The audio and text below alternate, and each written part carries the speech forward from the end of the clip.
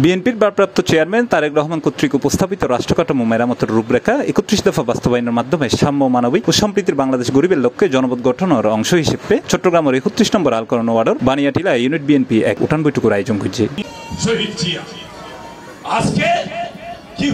শনিবার নভেম্বরের ১ তারিখ সন্ধ্যা ৭টায় নগরীর বানিয়াটিলা সমাজ কল্যাণ পরিষদের কার্যালয়ে অনুষ্ঠিত হয় এই উঠান বৈঠক, যেটা ওয়ার্ড বিএনপির সভাপতি মোহাম্মদ রাশেদের সভাপতিত্বে ও সিনিয়র যুগ্ম আহ্বায়ক আবু জাফর মোহাম্মদ সাদেকের পরিচালনায় প্রধান অতিথি হিসেবে উপস্থিত আছেন চট্টগ্রাম মহানগর বিএনপির সাবেক সাধারণ সম্পাদক আবুল হাসেম বক্কর। এই ৯ আসন হইতে চট্টগ্রামের অজ্ঞ বিএপি আসন, এই আসনের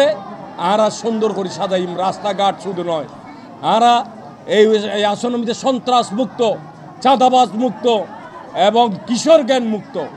ক্লিন, গ্রিন, হেলদি এবং সেফ সিটিতে পরিণত হচ্ছে। এই সময় অন্যান্য মধ্যে আরো উপস্থিত আছেন ৩১ নম্বর আলকরণ ওয়ার্ড বিএনপির আহ্বায়ক আব্দুল মান্নান, সাবেক সাধারণ সম্পাদক মোহাম্মদ জসিম মিয়া, সদস্য সচিব ইকবাল হোসেন সংগ্রাম এবং মহানগর যুবদলের সাবেক যুগ্ম সম্পাদক মোহাম্মদ সেলিম খান। এই মহিলারাই কিন্তু বিএনপির ক্ষমতা টানে,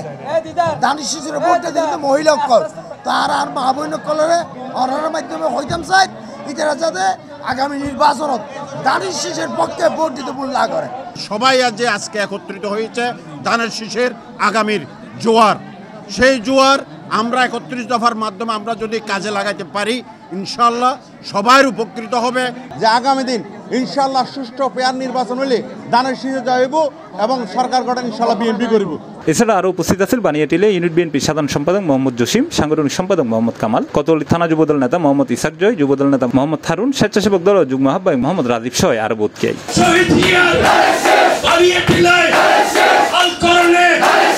সি প্লাস টিভি, চট্টগ্রাম।